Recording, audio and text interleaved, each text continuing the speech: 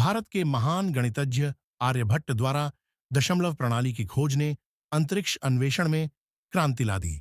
उनकी खोज ने सटीक गणना, नेविगेशन, समय की गणना, रॉकेट विज्ञान और डेटा विश्लेषण में महत्वपूर्ण भूमिका निभाई। बिना दशमलव के चंद्रमा पर सॉफ्ट लैंडिंग जैसे सटीक मिशन असंभव होते। चांद पर पहुंचने की होड़ लगी है। अमेरिका, रूस, चीन और भारत, ये चार देश ऐसे हैं जो चंद्रमा पर सॉफ्ट लैंडिंग कर चुके हैं।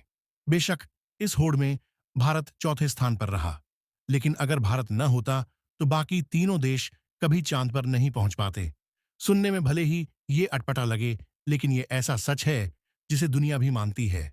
दरअसल एक समय ऐसा था जब न चांद से धरती की दूसरी के बारे में अंदाजा था और न ही इसकी गणना करने का तंत्र, मगर भारत के महान गणितज्ञ आर्यभट्ट ने दशमलव की खोज करके ये गणना आसान कर दी थी।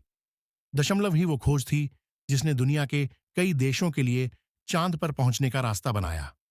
आइए समझते हैं कैसे।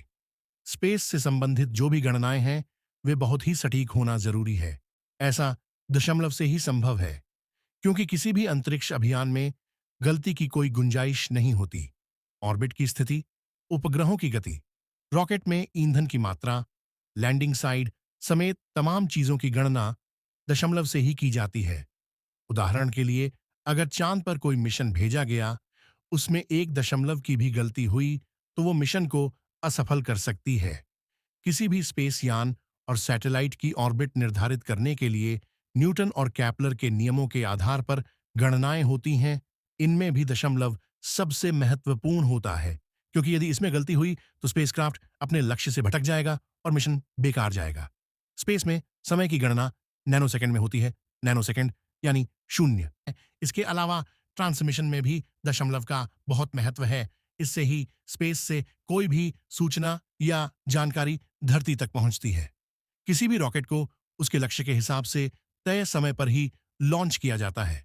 मसलन अगर इंटरनेशनल स्पेस स्टेशन तक कोई रॉकेट जाएगा तो यह देखा जाएगा कि यह स्पेस स्टेशन धरती के सबसे करीब कब होगा।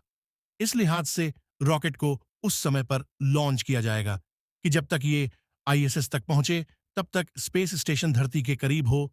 इसकी गणना के लिए जो मेथड अपनाया जाता है वह दशमलव के बिना संभव नहीं।